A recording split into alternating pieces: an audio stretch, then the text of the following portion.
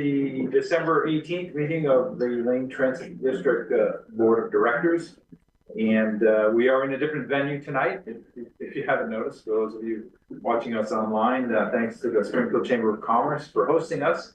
And we hope everything works. Okay, I'm sure it will. So welcome. We'll start with roll call. Susan Cox. Here. Pete Knox. Here. Kelly Sutherland. Here. Lawrence Green. Here. Michelle Weber. Here. And Heather Murphy. Here. All are present. Any adjustments to the agenda? We have one adjustment. Jameson just reminded me, we're pulling the CEO annual goals and compensation. It was just a matter of us not being able to coordinate meetings in time to get everything together. Everything's done. And we're ready to move forward, but we're going to do it next. So you'll have that in a moment.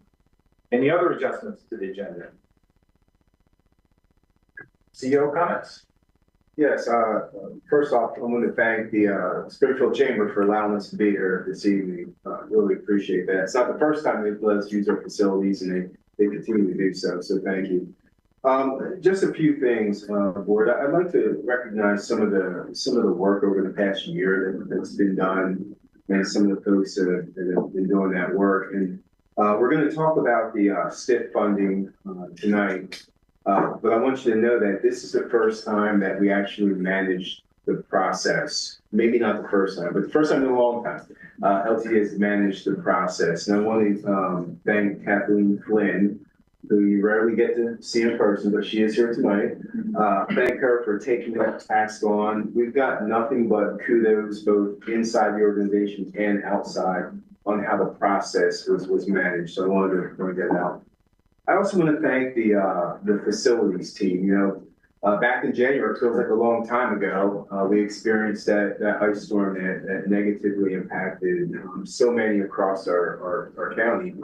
And as we were digging out of the ice storm, you know, it was the facilities team, among others, but mainly the facilities team that was really making our stations less of an ice box by slowly chipping away at that ice. And it took them some time to do that. And I want to just recognize the work that they did. And others along the campus that worked through that process. And some of the things we've learned, we're putting in place now as well. So for the future, so I did want to acknowledge the work that was done there. I want to acknowledge the folks down at Eugene Station, our customer service folks. They went through a trying time. Eugene Station is about to have our grand reopening in early January. But those folks stayed down there through all the construction, through the clanging and banging, and through the heat. There were several times we had to get heat pumped in there, and they continue to serve the public in ways that are demonstrably outstanding. We had one of our contractors comment on the level of service that they provide to customers. This person had been there working on the elevator, just watching and listening to the interactions, and he put a commendation in on the performance there. So I wanted to give them that call out. Our ops team, again, as well, construction related. You see the trailers, I call them, outside of Glenwood. They seemingly have kept pace with delivering service through that transition. The planning team on helping to make sure that project is moving forward, and the updates have been outstanding as well. So there's some there's that piece in the DNA of our employees that really go ahead and get things done. You'll recall that we had to reduce service last year. We're able to increase some services past fall. We're going to be able to continue to do so. We challenged the organization to get more frontline employees, and they were able to do that. And that was a cross-functional effort through HR, through training, through operations, and looking at how do we train bigger classes without sacrificing safety. How do we source employees, again, without sacrificing safety, and think of new ways and new partnerships to be able to add to our drivers. Our drivers were tired. They were tired. That's why we had to reduce service. So adding those new drivers was really good. Our class that just graduated this past Friday. 7 of them put us at 53. So we exceeded the goal of the 50 new faces, and we'll celebrate accordingly. But I wanted to thank the team for that work this year. We had a clean audit of our National Transit Database information. That's exciting because it's a relative new team working on that through business intelligence. We had Tom and Hart, who left us earlier this year, handle that task before. It's a big task. They were able to do that and get us through cleaning as well. And then also, I want to thank all of the team for the State of the District. I think the State of the District was a good event, our first event. It was that project that went across several different functions across the organization. And we look for bigger and even better next year. I'm pleased how that turned out. And finally, I want to thank the community for always pitching in and coming to the table when we request assistance and lending their time and energy. And that community includes this board. I want to thank the board as well for an outstanding, successful year. We have some challenges to tackle next year. I mean, that's the fun part about it. We have some challenges to tackle next year. But you know, this year was a good year. I think that we were able to be more transparent, deliver more service, and connect with our community in different ways. So I'll end my report right there. But I just want to say thank you to the team on a very good year. Look forward to a better year. Great, thank you. Any public comments? There's a sign-up sheet in the back. Do we have any? Nothing on the sign-up sheet. Anybody online? No. Okay, thank you. We'll move on to the employee of the month. The employee of the month this month is Loretta Vitola. She's currently out of town for the holidays, but Daryl Whitaker is going to say a few words about Loretta.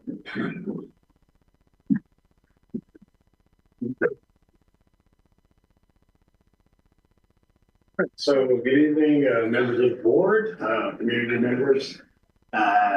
As I am tasked with doing honor to this great employee, I reflect back to when I first met her, and I met her by reputation first. And she had a reputation of being very tough, very thorough. And as I came to know her, I found out that she was very caring. So as you can see here, 26 years of service, 20 of those years were spent as an instructor to now current day instructor. She's provided me a lot of guidance as I took over the role as training supervisor at LTD. She's quick to tell me that's not the way we do it. And really helped in formulating what our plan was going to be moving forward. She's been instrumental in help guiding our newer instructors in how to relate to people. When we're training people, we're really selling a mindset to them of customer service, of community involvement, of well-being of our passengers and all of our constituents here at LTD. Loretta, as you can see in the back, Mets fan, we always tease her about the Yankees and we get after her about that. But she has been just an inspiration to all of us. We look at her for guidance. When she comes in, everyone knows here, and it says on here, recycling. She is, I would say, our first sustainable minded operator / instructor. Because she comes in, she makes sure that things that are put in trash, they're in the recycling. And she just leads by example. She doesn't have a lot of words. She can write a lot of words, but she doesn't have a lot of words to say, but her guidance is always sound. And I don't wish she could be here, but I'm really appreciative for having a chance to work with her, to have met her, and look forward to sending her off in grand style when she ends her career here. So thank you again for honoring her. She would be very proud of this. And, you know, once again, great part of my team. I'm lucky to have her. Thank you. Thank you, Darryl. Next, we have a presentation on the Downtown Navigation Center. Kai Barcelona, did I get it right?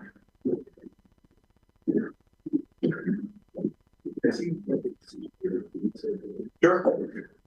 So last year, I met a gentleman named Steve Yamamori during the Leadership Eugene Springfield cap. I don't know if it's capstone or not, but the event that they had at the airport, and they bring speakers in. He told me about his organization called Reveille, and you know they were guiding people, vets and those who had been reintroduced into the workforce through the process of getting resources. So they would take them to get them registered at the VA, or they would work with them on housing. He was in the process of, or they were in the process of refurbishing a hotel into housing. And we started talking about how we could work together. Where they were doing the hotel was right on the MX line. So we met and we walked around Eugene Station, and Steve started talking to some of our public safety officers and recognizing some of the clientele that they work with or frequenting our station, and giving us tips and pointers on how to recognize when folks needed assistance. At the same time, we have a space down at Eugene Station that was not being utilized and could help relieve some of the pressure from our public safety officers and from some of our customer service center folks. This would result in us not, recognizing what folks need beyond calling EPD, which would relieve some stress on EPD as well, while getting individuals the services that they need that we, quite frankly, weren't trained to identify. So Kai's presentation is part of where we've been since we decided to share that space and provide those different services. And I kind of wanted to tee it up that way so you have the background. Very nice, thank you. Yeah, and I couldn't say it better. So hello, Chair, illustrious board. It's so great to see you again. I am here just to be Kai's #1 fan. I'm quite the rah-rah girl. I knew Kai because of my work in the trenches and homelessness. He comes with quite the reputation, and although he is very meek and modest here in what he has to present, he is the powerhouse and very revered on the street. I cannot walk anywhere next to this gentleman, anywhere under the bridge, you name it, without someone calling his name and saying, man, it's so good to see you. I have this. Thank you for getting me what I needed to get. So as we kind of progress along, just know that Kai is definitely a gift to both our community, and we're very blessed to have him at that downtown station. And like Jameson said, Reveille Foundation does have an office. It is between 6th and 7th on Grant. They do have a motel on our bus line, but the really unique portion of Reveille is the navigation site at our downtown station. So while we have a position like mine that can do a lot of problem solving and projects and project management, we have a case manager and a community navigator at our disposal. So go ahead. Hi, my name is Kai. I'm one of the caseworkers for Reveille Foundation. I'm very honored and proud to be here to represent the organization in LTD. What we do at the Navigation Center, we do help the unhoused. We help them navigate what resources benefit them as well. I've been homeless. I've seen that. I worked at the Eugene Mission. I work for Community Supported Shelter. I currently now work at Reveille Foundation. And I love what we do for the community. So this is what we have done at the Navigation Center. The numbers have risen since we've last did the numbers, so it rises tremendously. So our priority is to do a lot of front door assessment there. What is a front door assessment? A front door assessment is to help ask similar questions, why they're on the streets, why they're homeless, to evaluate whether they be qualified for housing, and then we get them into the housing wait list. There's a few people that do the assessment, here in Lane County. Also, when I do a front door assessment, I can also do a diversity rehousing program. If I don't have to do the front door, I can. There's another program which is called the Rehousing Diversion Program, which the county will help pay for the first month's rent, the deposit, and the second month's rent. if they have a place to live, but they have to be homeless or domestic violence situation. So that's a priority. Since that program has started, since I've been at the Navigation Center, we have already housed 5 people since then. So that's a good thing. So a lot of our referral comes from 211. Does everybody know what 211 is? Explain it. So 211 is an organization, it's a resource organization where they navigate who would be best to fit that person. So, and most of the people that I work with is a lot of veterans. There's a lot of resources out there for the community. It's just navigating to the right places. That's what I do. I'm like a navigator to guide them to the right place. Sometimes they get so confused they don't know where to go. But our duty is just to navigate where the resources they can go to. So.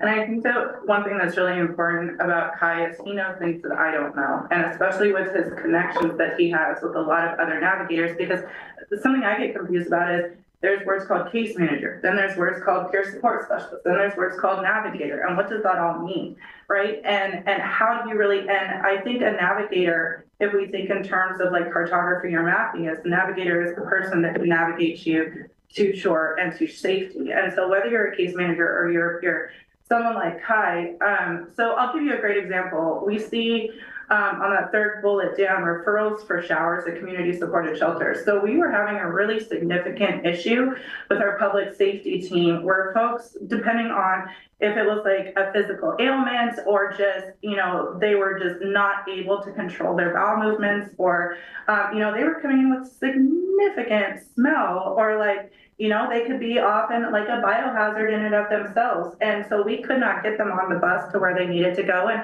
when you look at like getting them to shelter or safety, it's very difficult to get them on a bus when that smell is just egregious.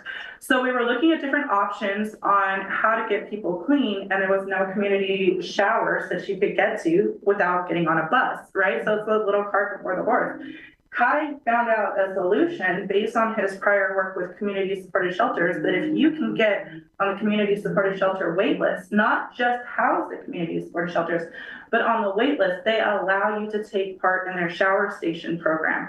And so Kai was active in navigating folks to that program to get them showers. But what we also saw were people were successfully getting into that CSS program and getting into HUDs. And so that also alleviated, a direct need that we had at the downtown station. So in ways of how we're looking at problem solving, it's very, very significant. I mean, we're talking like female veterans housed. Kai just talked to me. I mean, you guys know that one of my passions is anti-trafficking and domestic violence. And with the housing that's going on with Reveille Foundation, he had just spoken of, and he can speak to it more, 211 is just like 911, but I'll give you a great example. If all you have is a vehicle as your home and your battery goes defunct and you can't get to work, but you don't have enough money to get a charge on your battery, you can call 211. 211 can expedite a resource to go and assist you. It's like 911 for social services. Our referral of 211 in Eugene and Springfield is going to Reveille Foundation at the Downtown Navigation Center, which is a huge thing and a very strong testament to the work Kai is doing. So I couldn't say more about how awesome that this partnership is. I'm wholly grateful, and that's all we got, right? Yeah. Thank you. Any questions or comments? I just want to say thank you. Yeah. It's tough work and you're doing a great job. Thank you. Great, thank you. Okay.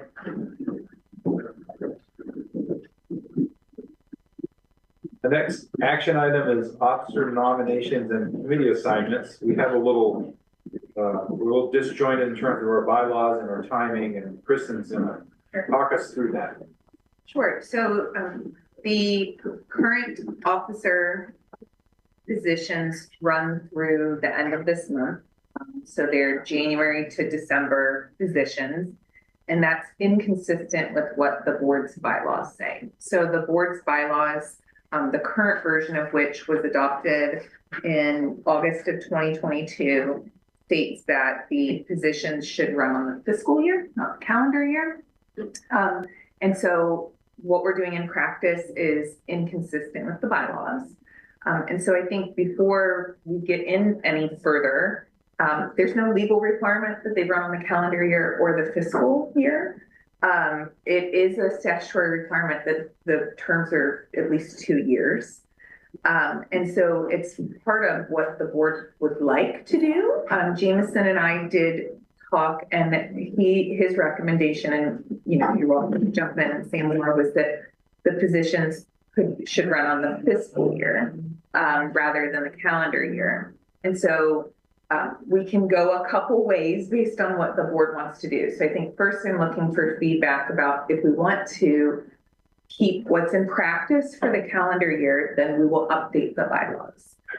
If we don't want to do that, there's a couple options, one of which is just the current officers could extend their terms for 6 months to get to the fiscal year, or we could talk about another option.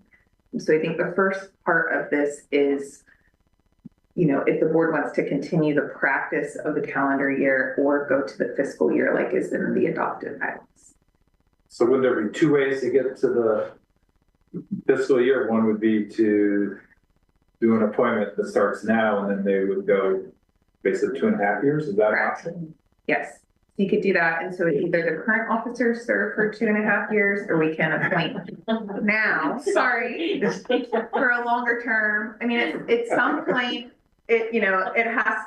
someone has to do something longer. I wouldn't recommend shorter because the statute says 2 years.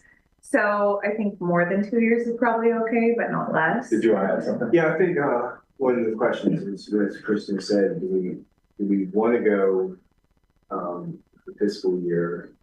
There's an argument for going with calendar year based on the appointments. Michelle brought that up earlier, that appointments run in December, so that could create a timing issue as well. Just as an example, my term ends at the end of this December. If I were currently serving as board chair and we decided to extend that, I wouldn't, had I not been reappointed, wouldn't potentially be here to do that. So just how does it factor into our terms expiring? Yeah, and so if your board term, not your officer term. And so if someone's officer term were to go longer than that, it would create a vacancy in the officer position. And there's a paragraph in the bylaws that talks about how to fulfill that, but that's a good question. How onerous is it to update or change the bylaws? It's not very onerous. There's probably other things that need to be updated in them. So it's not very. Do you have a recommendation? I like the fiscal year lineup that lines out with the budget year. There is language in there for the vacancy. I do understand the calendar year as well.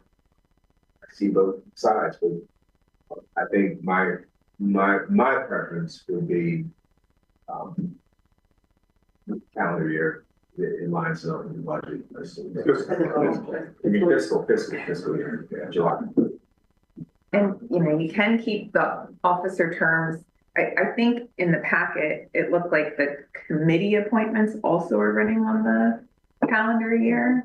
And I don't know whether that's consistent with all the committees. They don't all have to be the same. It's probably easiest to do it all at the same time. That's what I'm used to seeing in practice, is that officers are elected and then members are appointed to committees. And so I would recommend keeping everything consistent. And so it might be helpful to think, the only committee that came to mind was there's some real timing issues around the budget committee.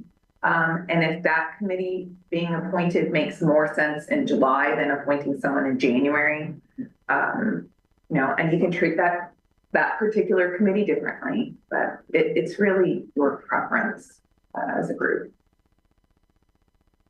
So on the fiscal year versus calendar year issue, people have a preference? I think it makes sense to do the fiscal year, just because that's kind of part of the cycle of the organization. Everything kind of starts anew then. The calendar year is is the organizational midpoint of the year, or so I know when we all think of the calendar year, that's how our lives work, but I think aligned with the organization better. We know how it got off. Neither Jameson nor I were in our particular roles at that time, so I was not doing this work at the time the last bylaws were adopted. I did have a full version of the bylaws and it was the calendar year. And so I assumed actually the board had talked about this. And there was some decision to go different than what was stated in the bylaws. So I don't know if there's an oversight. I really don't know. I can add just a little bit to that. We did have a review committee of our bylaws to discuss some other things. I don't recall this being one of the items that we talked about changing. So how it actually physically got changed in the bylaws, I'm not sure about that. We talked about a lot of different things as far as hiring and letting go of attorneys and some different things based on some things that had happened at that time. But that wasn't one of the things that I recall. So, What is easier for the staff? It doesn't impact staff. But I mean, we were talking about the workflow and the budgeting, the strategic plan, I mean. Yeah, I mean, Practical perspective. yeah, so we do our, our budget starts in July. We do our run up to it, in the spring, and, it just seemed to make sense to have those, that cadence for the executive leadership in place through two whole budget cycles from the beginning to end. That's how it's it. But again, there really isn't, besides that, there's not an impact to staff at all. Well, that sounds like something to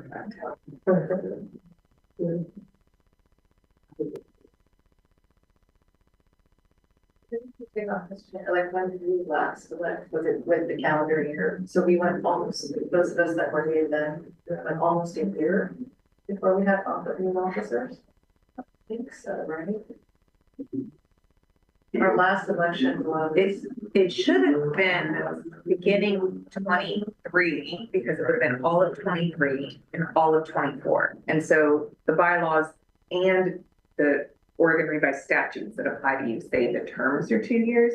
I don't know if that's what you did in practice, but it would make sense that you did that if they're ending December this year. that's fine right Yeah, there. I think it was It's been 2 January. years. Yeah, it was when you first, might have been when your first meeting, It was. yeah.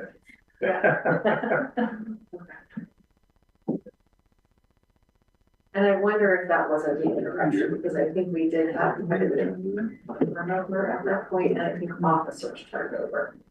Caitlin had left. So maybe that was. Don.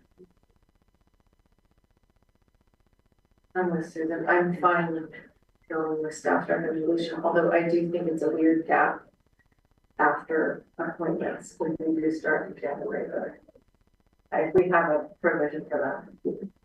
Well, I mean, whatever, so the board can by majority do something inconsistent with the bylaws. And so that's kind of the space that we're in. We don't have a provision for this, but as long as it's fine. It's, as long as you all by majority say what you're going to do. This happens sometimes when there's a vacancy, terms accidentally get off.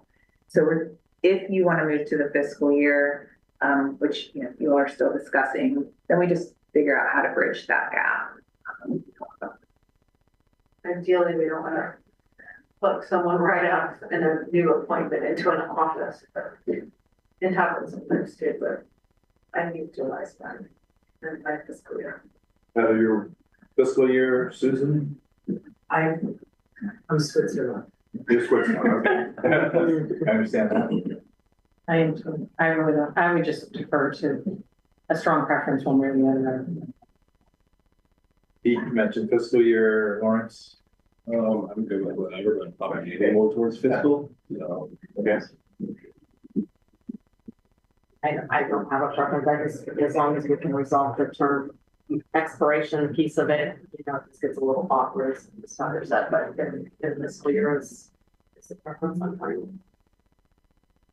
So I'm sensing fiscal year. Okay. Okay, now we've decided fiscal year. We have two options. One is extend the current officers for 6 months, or appoint new officers for 2.5 years. Correct. What do current officers, what preference of current officers? Switch. I'm not one of those. I'll take the switch approach. We're a decisive group tonight. You want to be 6 more months? It doesn't make any difference. That's kind of the easiest thing to do. And then, so you all can just make a motion to extend officer slate for 6 more months to June 30th. And that can give us time if we need to clear up anything. Then your bylaws state, it's a little awkward. So just like we're doing here in the December meeting, if the officer positions were going to start January 1, the bylaws actually have them like you doing the officer elections in July. And I recommend you do them the month before to be effective July 1. And so, you know, I think it's probably easiest to, if people are okay, extend for 6 months, and then we can clean up some of those things. And then, you know, it'll be really neat and tidy moving forward. So we need a motion for that. I think so. I would, And I yeah. say I so move or something. You can. Sure, that's okay. Okay. Second, I said. Okay, moved in second. Do a roll call. Lawrence? Yes. Kelly? Yes. Peter? Aye. Michelle? Yes. Susan? Yes. Heather? Aye. And I also vote yes. Okay, Thank you. we did that. Yeah. So, regarding committee assignments, do we keep the committee assignments as they are for another 6 months? That's what I would recommend. I think it's much cleaner to do everything at the same. Oh, there's some pain. No, I only say that because, the committees are they're expecting the turnover, they're expecting the new announcements because we participated in our committee and I'm not sure if it's the same with you, Heather. I did it, but Jameson stepped into a role, so kind of. So we could do that in January. People are. No, I'm really honestly, I mean, we informed the committee that we weren't able to, participate in decision making. Yeah. That the committee was doing because there were going to be committee, appointments in January. I think that's what we just said, right, January, December. So if we're going to, that's the only reason. Okay, let's do that then. We'll do it in January. When we did committee appointments in the past, we solicited interests. Can we do that same process again? If you just tell Jameson what committees you might be interested in? Or do you have another process? So when you say do it in January for a term starting in January for the committee, or is that what you're talking about? Committee assignments. Right, and so then the board member would serve on the committee starting in January or do you want to keep them all on the fiscal year? I mean, I know, you know, that's what I'm. Isn't it, I think it's awkward to, if we're making a transition, it seems like be consistent with the process. I mean, that's what I'm used to seeing is there's officer elections and at the same appointment or at the same meeting, you sign the committees out. It's not legally required.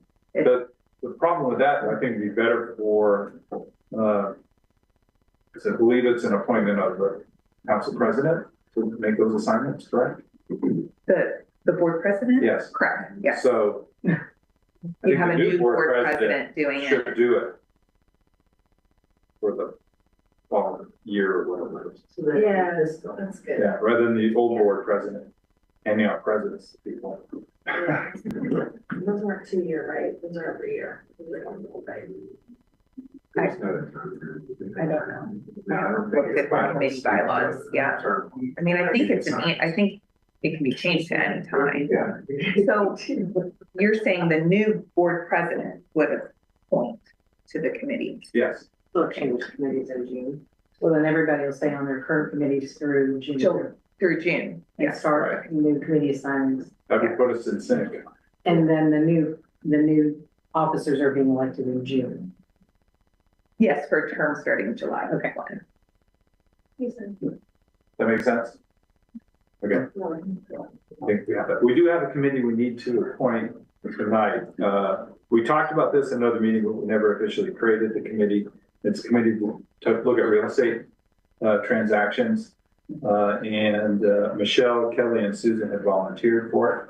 So I think all I need to do is say that those three are on the committee to review. Maybe just a heads up Property that they're purchase. okay to be on that Are committee. you still okay to be on that committee? Thank you. Okay, the committee is created. Thank you. Got through that. Good job. Okay, on to the real stuff. We're moving on to the State Transportation Improvement Fund Plan, that's often referred to as STIF. David Roth and John Allen are here for that. Welcome.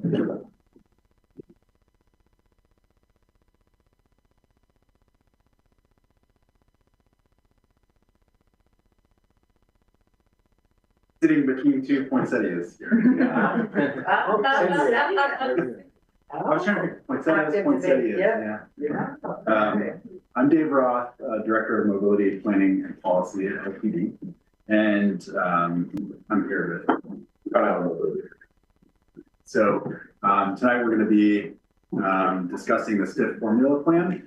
And why are we here tonight? Well, we're here to seek adoption of the STIF formula plan, the FY 26-27 formula plan by resolution of the LTD board. So I should note that this is the third time we've been in front of the board this year talking about the STIF formula plan. We've also visited the strategic planning committee 2 times this year discussing the STIF formula plan.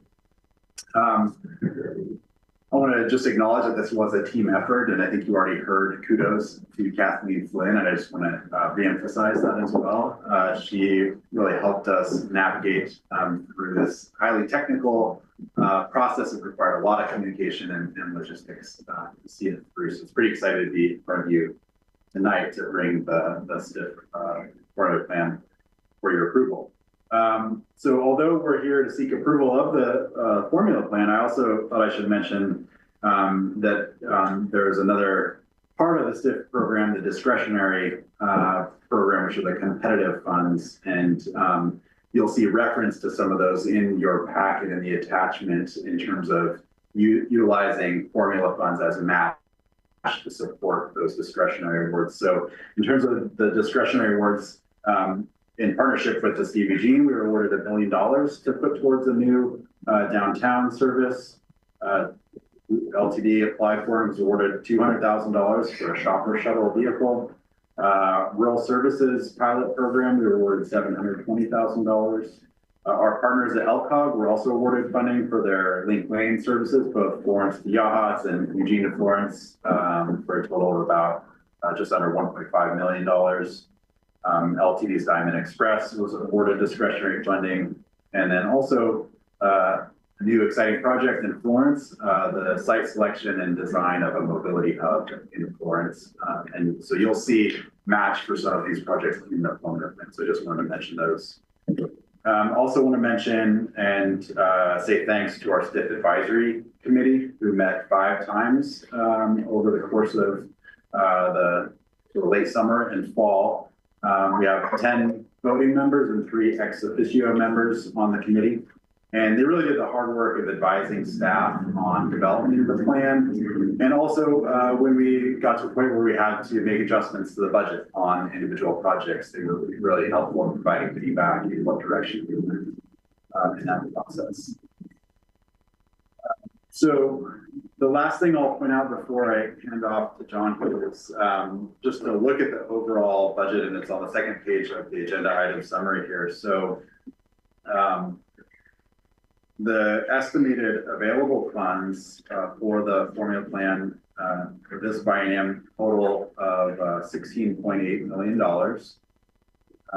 Of that, you will see in the formula plan that we've reserved 20% contingency. So that's $3.36 million. That's a requirement or a strong recommendation from ODOT.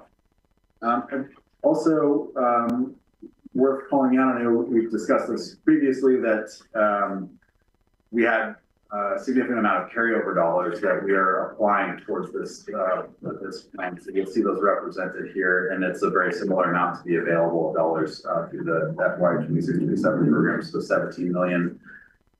The total value of the STIF formula plan is $37.2 million. So with that, I think I'm handing it off to John to give a little more detail on the plan itself. Yeah, happy to. I also just want to echo the comments you've heard about the excellent work of the STIF Advisory Committee. So special thanks both to board members Knox and Gulali for serving as our board liaisons for that committee. Special thanks to Kathleen Flynn for facilitating and leading the efforts of that group. My hope is going to be seeing more of her as time goes on. The committee did do the heavy lifting of this work, and you'll see that encapsulated in the packet materials.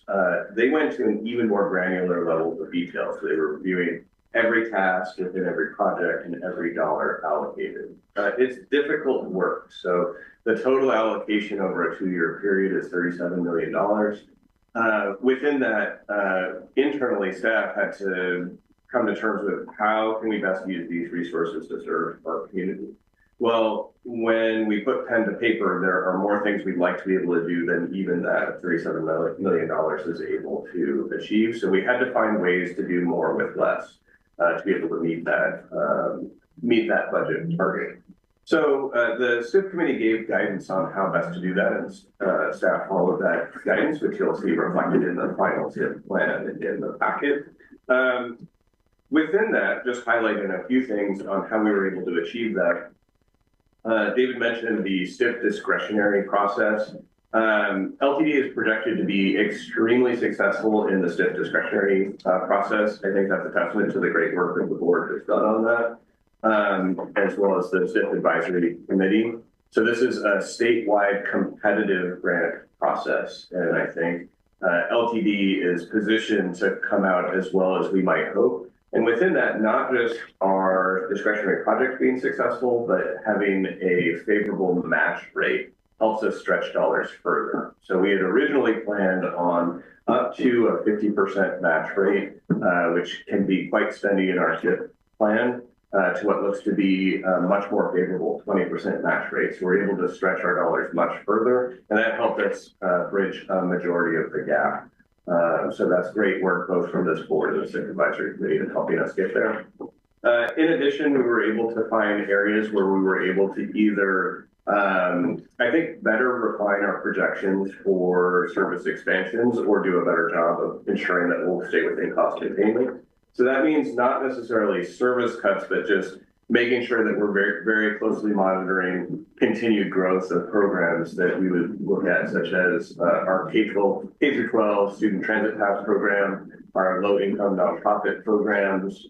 So I think we'll continue to see those be successful within the STIF plan that you have before you. We also removed planned expansion for our transit posts in Springfield to be able to make connections between services. And you'll notice that there are a couple of tasks that we've reduced down to $2, and that's for a strategic reason. So it's important that we maintain these as tasks within our STIF plan. And you'll see that there is a line called STIF contingency, which is a flat 20% on top of anticipated STIF payroll tax receipts. We're getting signals from ODOT that we can be optimistic on expected STIF revenues in the upcoming biennium, but we won't know until we get further into the future. But we are encouraged to make plans that would use up to 120% of the original estimate, accounting for potential increases in revenue from the original estimate, knowing things change over time. So to be able to utilize that, we need to have projects identified in our STIF plan. So while we don't have the dollars in hand, we do have them waiting and ready should the funds become available. So the STIF plan puts all that together in a nice synthesis.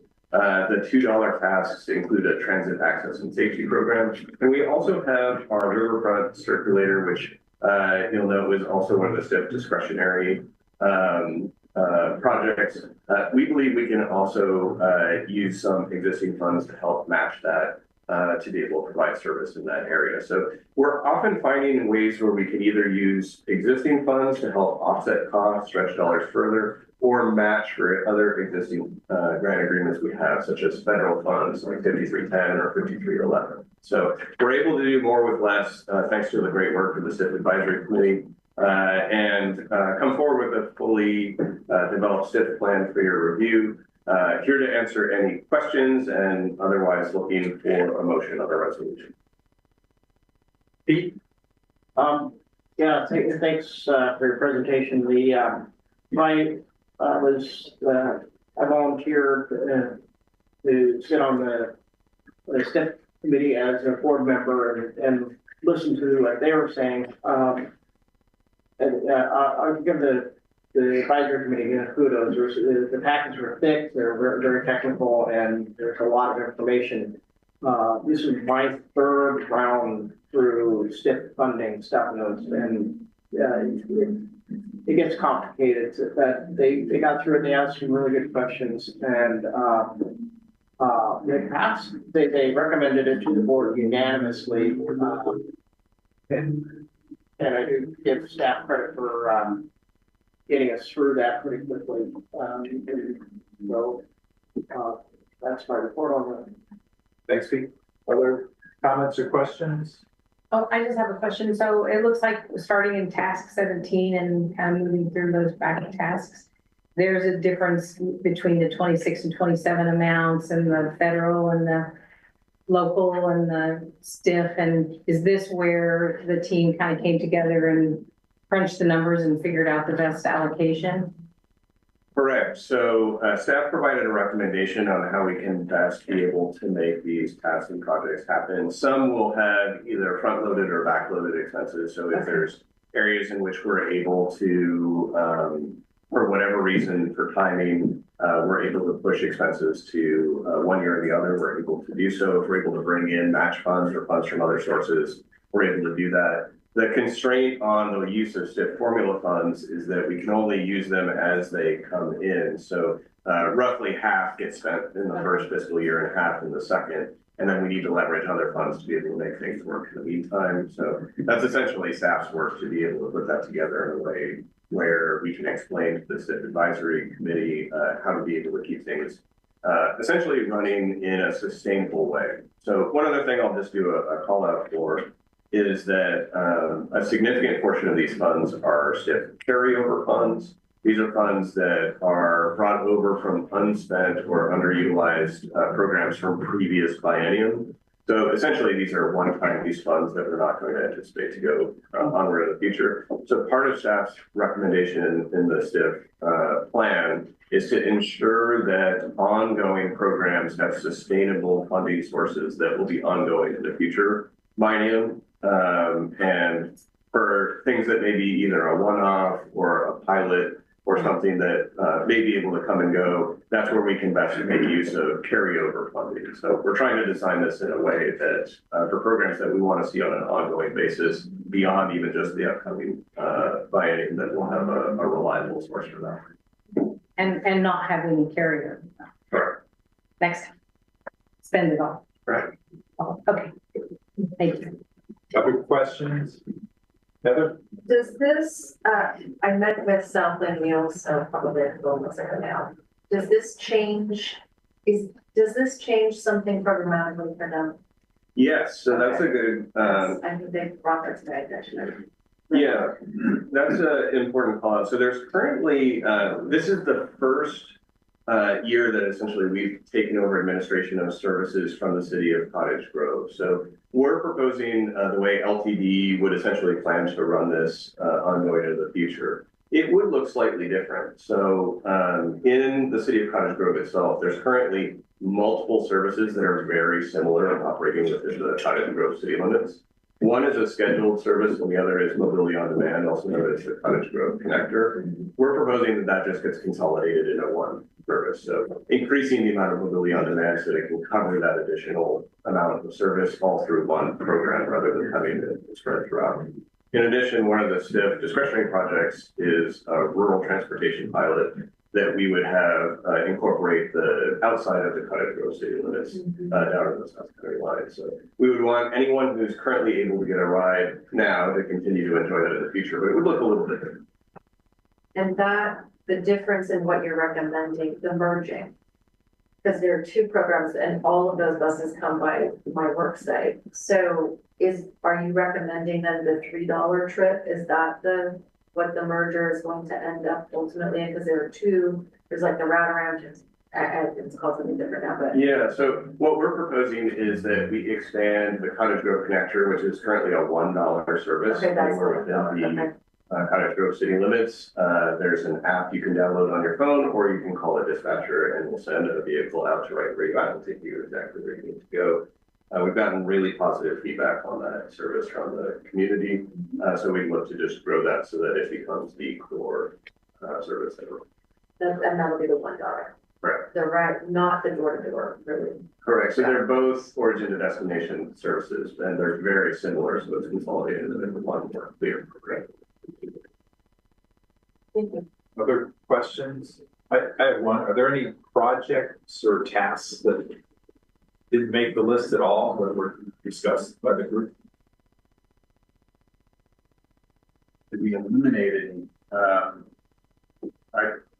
don't know that we eliminated any. I think the approach that we took, that John spoke to, was that if there wasn't enough budget to go around, we'd reduce the budget down to $2 for the projects or programs that we knew that we wanted to keep in the plan and strategically place the additional funds available. Yeah, I think to add on to that answer, we had a sense of the overall estimate of SIF funds that would be available, and we were kind of planning within that range. I think given additional funding, there's more that we'd love to be able to do in our community, but we tried to make the most of what we could, given estimated SIF payroll tax revenue. And so I think the SIF plan currently does a great job of stretching every dollar further. Is it fair to ask you what you would do next if you did have that additional money? That would be a challenging question to answer. Well, the way I respond to that, we have a couple of projects coming up, relative in the near future that will help answer that question. Okay. So we're going to be undertaking an update of our transit coordinated. Help me out here. The lane coordinated plan. Yes, the lane coordinated plan, which identifies project and program needs within our region. And so that planning process will do outreach and engagement with the communities. We will get feedback, and that will help inform our next effort. Likewise, we'll be conducting the long-range mobility plan study, Connect 2045, that you've heard about, which will identify future needs as well. So we've got some pretty robust planning processes coming up that will help inform the next plan. Great, thank you. Are we ready for a motion? I move to adopt LPD resolution number 2024-12-18-039, adopting the FY26, FY27 statewide transportation improvement fund plan for submission to ODOT. Seconded by Kelly. Do a roll call. Heather? Aye. Julie? Yes. Michelle? Yes. Pete? Yes. Charlie? Yes. And Lawrence? Yes. And I also vote yes. That's unanimous. Thank you for your hard work and look forward to future discussion. Thank you.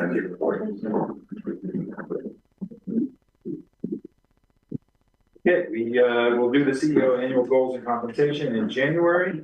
We have a delegated authority report. Any questions on that? In your packet?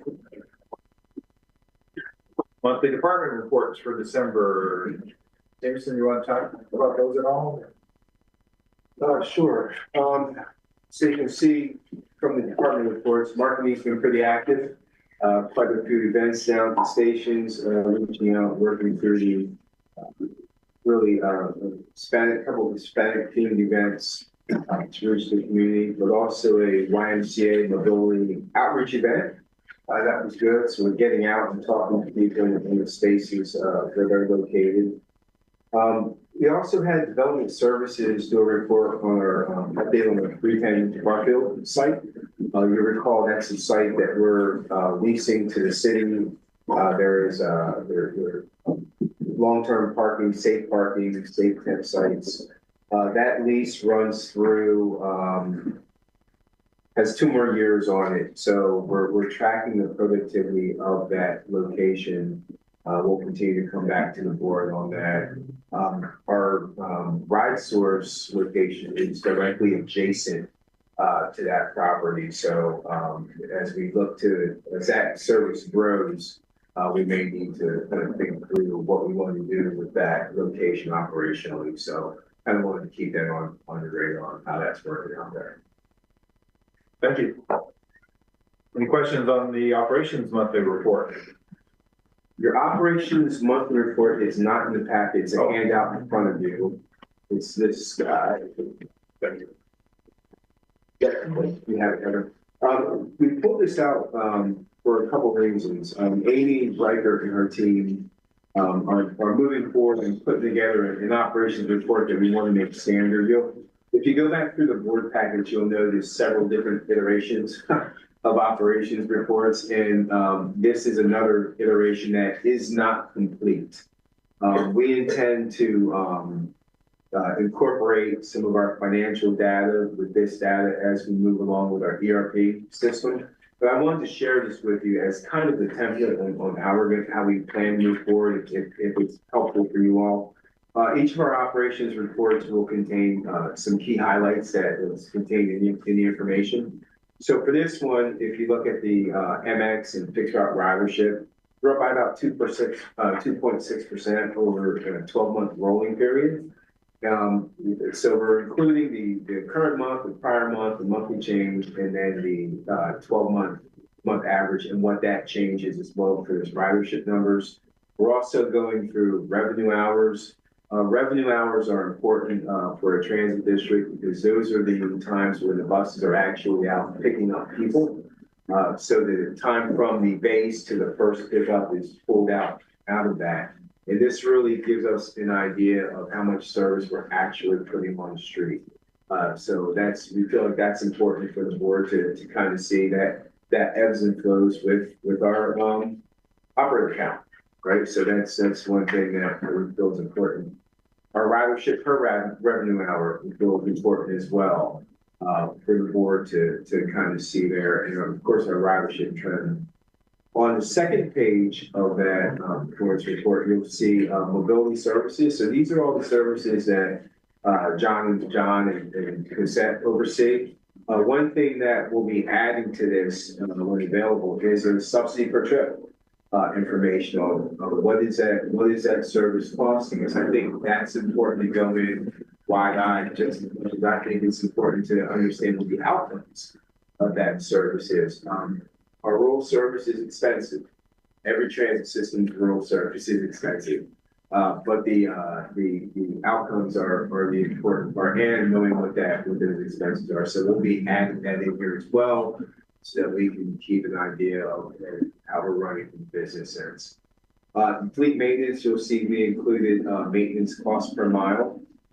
That has been going up. It goes up, it goes down. You'll see it over the month, it's down 4.2%. Over 12 months, it's up almost 5%. We track that because it gives us an idea on how we're doing with our vehicles.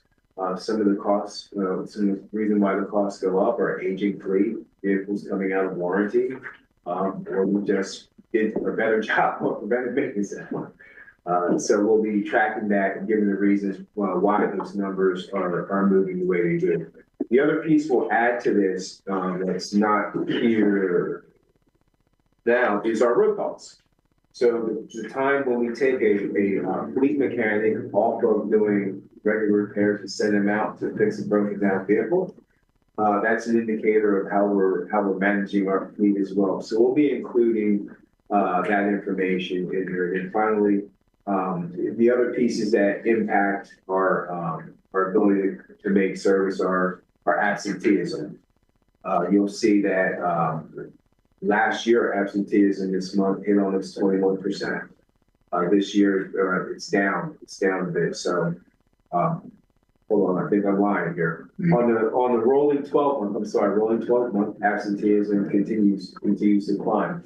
So I think it's important for the board to know that, but to also know the whys and how we're addressing that. So this is another first pass. If you have any reactions now or later, I'm happy to hear those. But the board report next month will look a little bit different. We'll modify some of the information. Now, Michelle, you asked about trending for complaints. We'll be adding those trendings for complaints. Right now, we have the numbers and the substantiated number of complaints by different areas, with various customer service or operations or public safety. But we can certainly trend those out so you see how we're going month to month. But I did want to point that out, that this report will continue to change based on your feedback, and we'll make sure that it's meaningful for you all. Any feedback? Michelle? What do we consider a substantiated complaint? So every time we get a call from a customer, I call that customer feedback when they're complaining, right? Put it in the complaint area. Substantiated is, it actually happened, right? It's actually happened. Those complaints we address a certain way. If we see a pattern of complaints that are not substantiated, but are part of perception, where there's an opportunity for us to do some education. So we have a committee that's been formed. They got formed last year. Admittedly, it's a little bit behind schedule. We had a key person get seriously ill, so we're trying to pick that back up. But the goal of that committee is to assess all the info, everything our customers are telling us in that month, and how do we respond to it, whether it's education inside the organization, education outside the organization, or real policy change. So, we take those things seriously, and we're going to try to reflect those in. Thank you. Other comments? Great. Thank you for that. Board member reports. Questions there, Heather? I have one from Lane Act, and that is that Jameson stepped forward to serve as the vice chair of the Lane Act, and coincidentally or otherwise, we don't have a chair. No one stepped forward to be the chair. So Jameson will, by default, by choice default, is that the right word? For February. For February, still vacant chair. Yeah, there's quite a shift happening on that and revisiting some things there. So we've had quite a way to come off, term out, etc. But thank you for stepping forward. Yeah. Future board meetings, anything out there that people don't see on the future board meetings that they would like to see? Okay. Thank you all for adjusting. Thank you to staff for moving the meeting and making it work. We appreciate it. And this meeting is adjourned.